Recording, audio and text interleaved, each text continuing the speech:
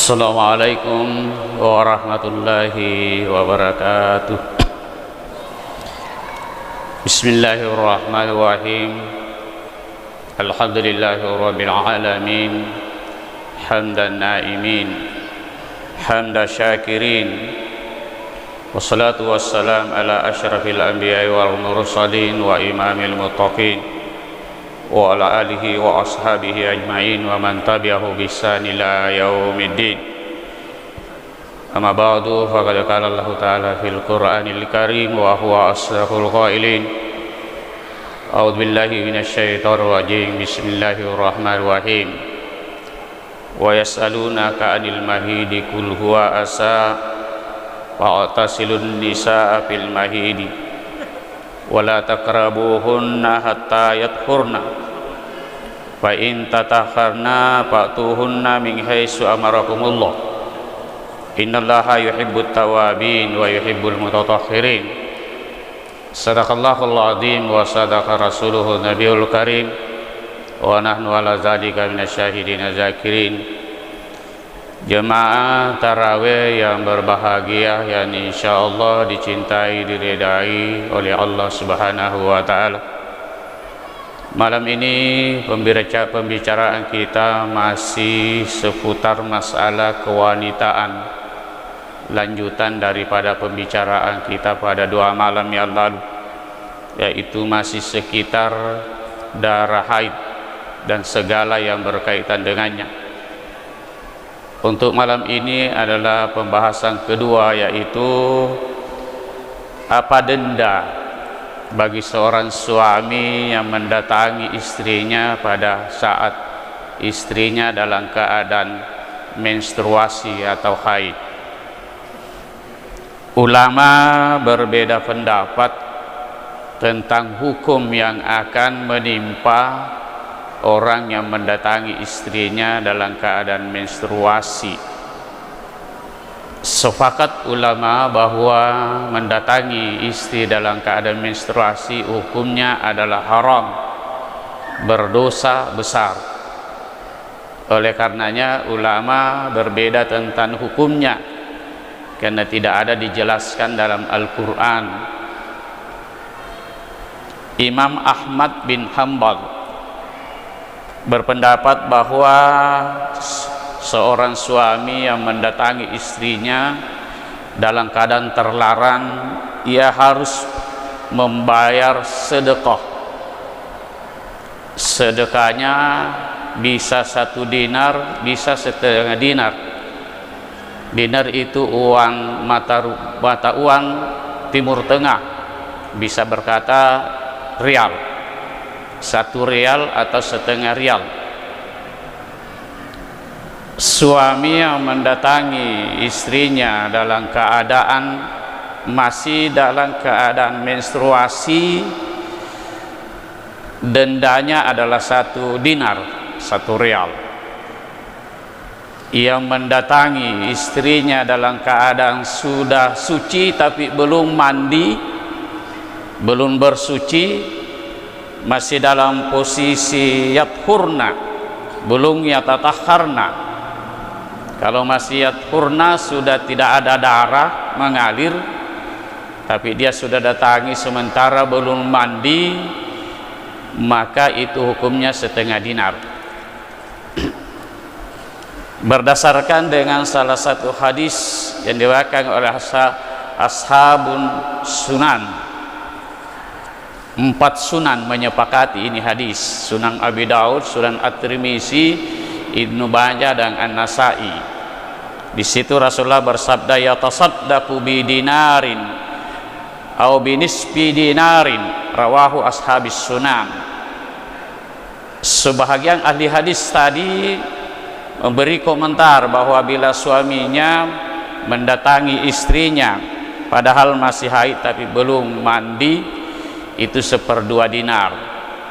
Tapi kalau memang belum yathurna, apalagi yatatahharna, maka itu 1 dinar. Jumhur ulama dalam hal ini Imam Abu Hanifah, Imam Malik dan Imam Syafi'i berkata bahwa dia cukup memohon ampun kepada Allah Subhanahu wa Ta'ala dalam bentuk tobat dan istighfar. Tobatnya adalah tobat nasuha, bukan tobat biasa. Tobat nasuha itu adalah yang pertama menyesal dengan sedalam-dalamnya penyesalan atas perlakuannya itu yang mendatangi istrinya. Yang kedua, menarik diri, berniat untuk tidak mengulangi kembali. Ya, jadi menarik diri yang kedua. Ketiga, berniat untuk tidak mengulangi kembali. Dan yang keempat, memperbanyak amal saleh setelah dia melakukan pelanggaran. Sesuai sabda Rasulullah, ittabi sayyatil hasanah tamfuha. Ikuti as-sayyi'ah, pelanggaran-pelanggaran yang Anda lakukan, pelanggaran berat, bil hasanati, dengan kebaikan, tamhuha, agar kesalahan itu terhapus. Sepakat ulama hadis berkata yang disebut al-hasanah pada hadis ini adalah taubat nasuha, taubat yang sebenar-benarnya taubat. Lalu setelah itu perbanyak lafaz istighfar atas kesalahan yang dia lakukan itu. Minimal astaghfirullahaladzim wa atubu ilaih, itu yang diperbanyak. Kalau perlu minimal setelah melakukan seperti itu 70 kali setiap hari. Bahkan Rasulullah menganjurkan 100 kali. Ayyuhan nas, wahai manusia. An-nas itu dalam Al-Quran adalah sosok manusia yang punya potensi, punya peluang, punya dorongan untuk melakukan kesalahan. Ayyuhan nas, tubu ilallah, tobatlah kepada Allah. Fa inni atubu ilallah, karena saya tobat kepada Allah. Fi kulli yaumin, setiap hari, sab'ina marrah, 70 kali. Bahkan redaksi lain mengatakan mi'atu marrah, 100 kali. Nabi yang tidak pernah melakukan as-sayyi'ah, pelanggaran-pelanggaran berat, tapi tetap tobat 70 kali, 100 kali. Apatah lagi kita selaku umatnya yang sering melakukan kesalahan, sering melakukan pelanggaran, maka istighfar harus lebih banyak lagi, minimal 100 kali dalam sehari semalam. Semakin banyak istighfar, semakin dekat kita kepada Allah, ya. Karena fungsi istighfar bukan hanya sebatas menggugurkan dosa, tapi menjadikan kita dekat kepada Allah, karena selalu menyebut nama Allah, astaghfirullahaladzim wa atubu ilaih. Oleh karena itu, siapa yang dikena denda? Apakah suami atau istri? Iya. Di sini ada dua pendapat. Kalau suaminya memang yang mendesak istrinya karena tidak tahan, maka suami kena denda, istri tidak, bebas. Tapi kalau istrinya merengek-rengek minta, istrinya juga kena, suaminya juga kena. Jadi bisa kena istri kalau dia yang mendesak suaminya padahal belum suci, maka dia juga kena denda, kena hukuman, kena juga istighfar. Sekarang kita pindah ke poin ketiga. Sampai kapan batas waktu haid? Ada dua sisi. Dari sisi umur seorang wanita, sepakat ulama bahwa seorang wanita tidak akan mungkin menstruasi haid sebelum 9 tahun umurnya. Itulah sebabnya ketika Rasulullah mengawini Aisyah, beliau tidak seranjang kepada Aisyah sebelum 9 tahun umurnya Aisyah, karena beliau kawini antara 6-7 tahun. Jadi Nabi mengawini anak-anak, yaitu Aisyah, umur 6-7 tahun dia kawini.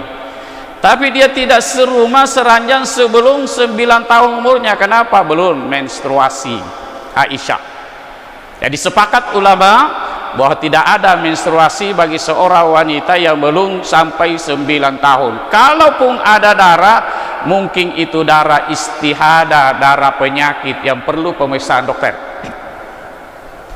Adapun batas usia lanjut, Hambali berkata seorang wanita akan berhenti menstruasi ketika sudah berumur 50 tahun.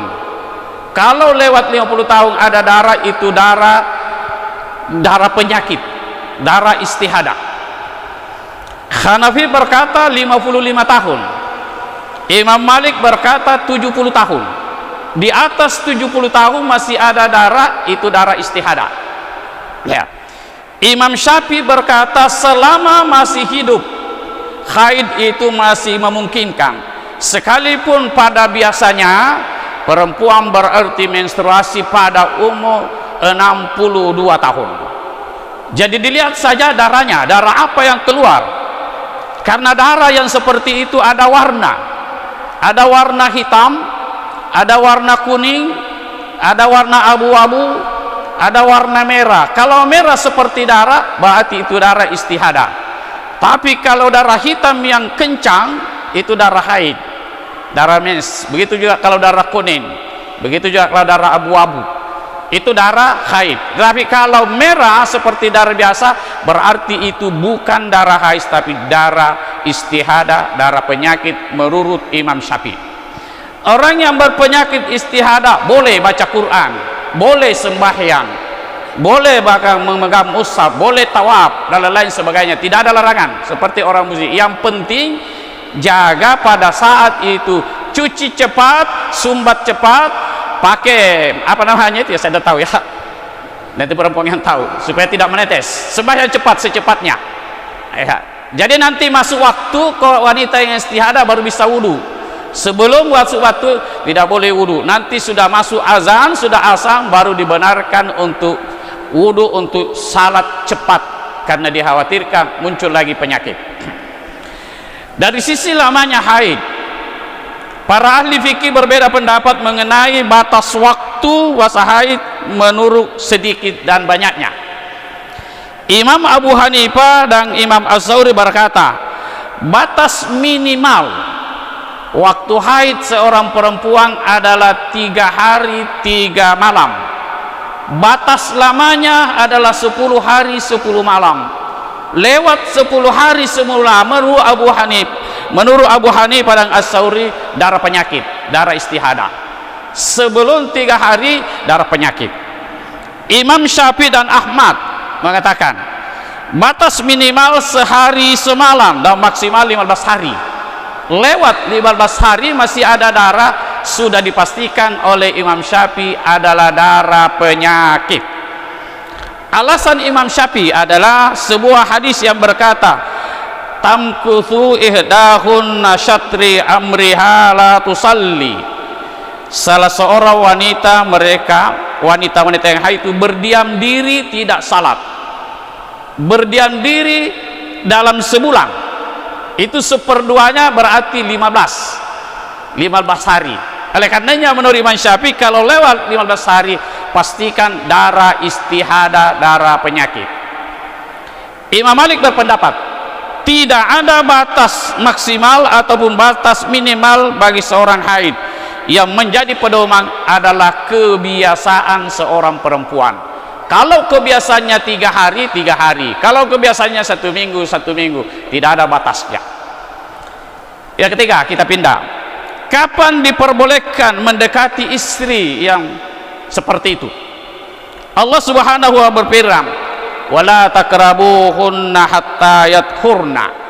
Janganlah engkau mendekati istrimu, dalam hal ini jangan menggauli, hatta yadhurna, sebelum dia suci.